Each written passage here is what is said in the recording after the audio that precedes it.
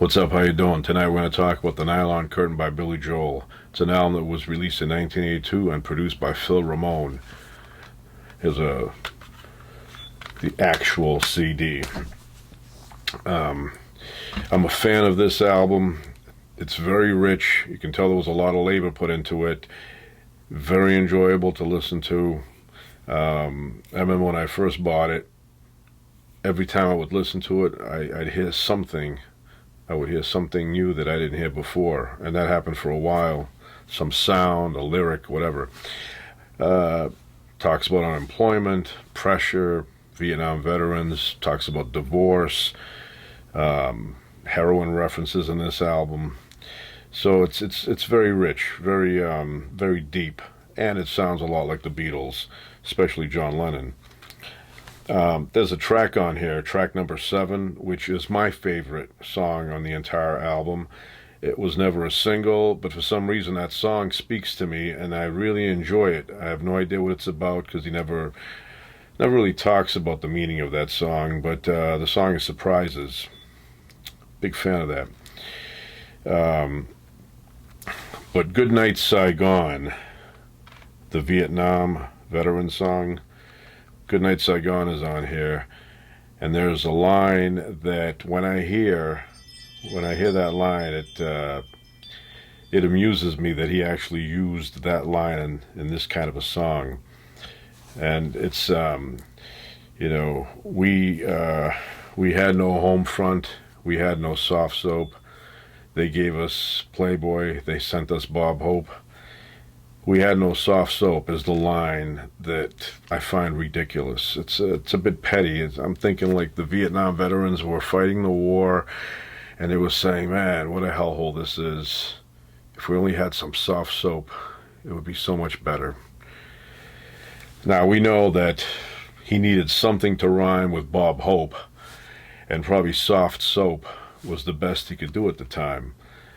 But for me, it's a bit petty. And I don't have any soft soap either. I take a shower with the bar, hard stuff, and I don't say, man, it's really crappy here. If I only had some soft soap, it'd be so much better. So that line is amusing to me. But the way I discovered this album, I was in my room and I was listening to American Top 40 with Casey Kasem. I was a big fan of that. I used to listen to that every Sunday back in those days. And Casey Kasem was setting up the next song on the countdown. And he said, when we come back, we're going to talk about, and he mentions that the next artist was a amateur boxer. And I said, I wonder who that was. So it comes back from commercial break, and then he, talks about this artist. He's a boxer, and da-da-da. And then he says, and his new single is Allentown, and his name is Billy Joel. And I heard Allentown. I got it's a cool tune, but I did not buy this until probably a couple of years after it was released. I bought An Innocent Man first. I listened to that about 1,000 times, cubed. And then once I was full of the An Innocent Man album, I think Keeping the Faith was the last single on that album, and then I ran out of material. Then I went and bought this one. And I remember I went to Strawberry's record store, and I went inside, and I said, I want to get some Billy Joel stuff. So I went and got the Nylon Curtain, and when I picked it out, I looked in the back, and I said, oh. And my first impression was, wow, Billy Joel got old.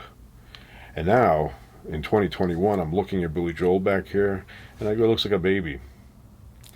He's got a Sanka brand coffee cup. Looks like he's about to read the New York Times, looking all sophisticated, like he's knowledgeable. But it looks like a little baby to me now, compared to what he looks like now. So that picture, I thought he was over the hill when I saw it, but no. Anyway, big fan of this album. I highly recommend it. But we had no soft soap, and Goodnight Saigon still makes me giggle a little bit. That's it.